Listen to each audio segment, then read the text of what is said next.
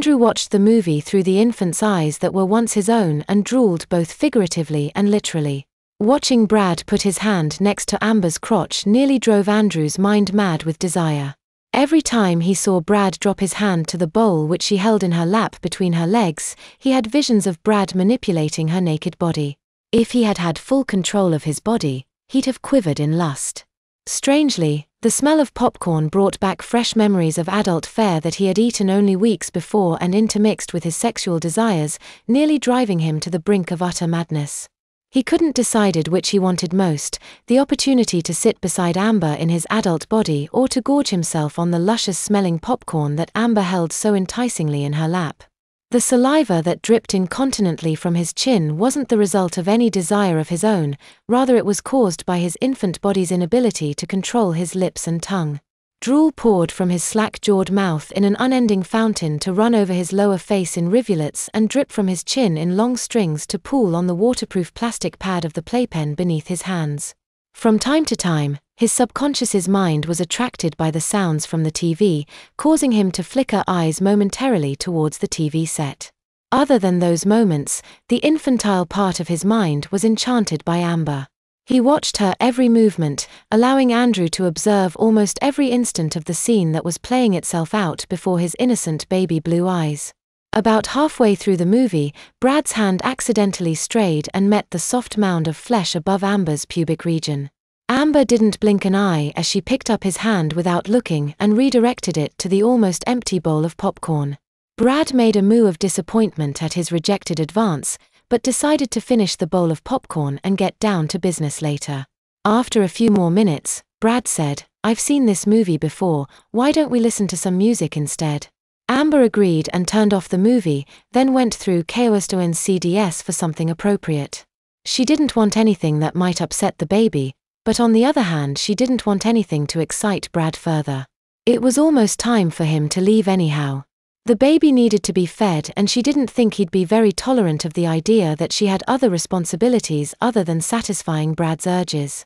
She chose Ein Klein Nackt from KOSTON's collection CD and put it in tray of the player, then excused herself so she could go to the kitchen and warm the baby's bottle.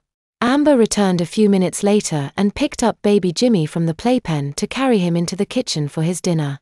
Brad followed both out of curiosity and a desire to be omnipresent in the mind of the girl who he intended to seduce before the night was over.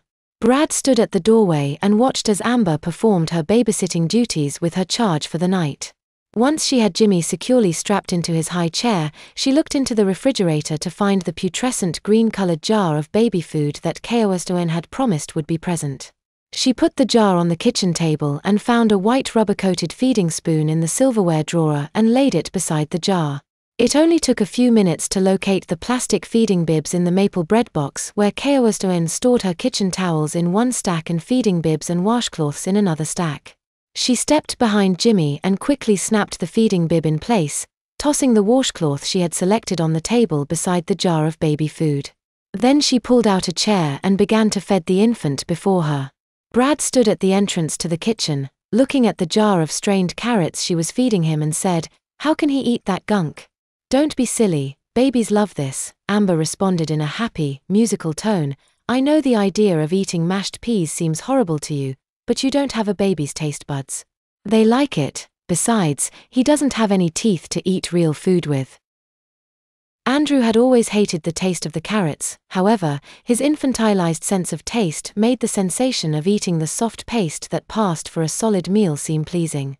Despite his adult opinion of strained peas, he opened its mouth hungrily and accepted every spoonful that Amber was willing to feed him. Unfortunately for Andrew's wishes, his uncoordinated tongue seemed to get in the way of each spoonful, causing the pureed mass to squeeze out of his mouth uncontrollably and spill great green-colored gobs of semi-solid food down his chin and into the catch pocket of the feeding bib. "Jesus Christ, that's gross," exclaimed Brad. "Nonsense," said Amber with perfect aplomb. "How well do you think you'd do if someone was spoon-feeding you? Give little Jimmy a break, he's only a baby. Do you think you acted any better when you were his age? Look at him.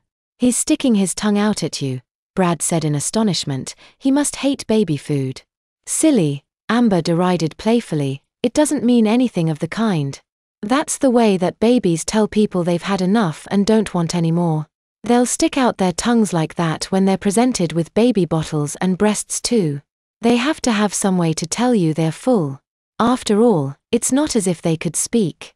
Are you sure about that? Brad questioned skeptically. Of course I'm sure. I've seen it hundreds of times, Amber replied with confidence. In any case, it doesn't matter now, he's finished. He's had enough solid foods for dinner. Let me wash his face and then he can finish his bottle of formula in the family room while we sit together. Besides, I want to make sure he doesn't spit up his dinner before I bring him into the family room. If he does, then I'll have a mess to clean up and have to feed him again. Do you mean that he's going to hurl what he just ate? Brad asked incredulously. Maybe, Amber answered honestly. If little babies get too much food or too much air in their stomachs, then they spit up. It's best to give them a little time before moving them after a meal, that is, if you don't mind. No, not at all. The last thing I want to see is him tossing his cookies in front of me.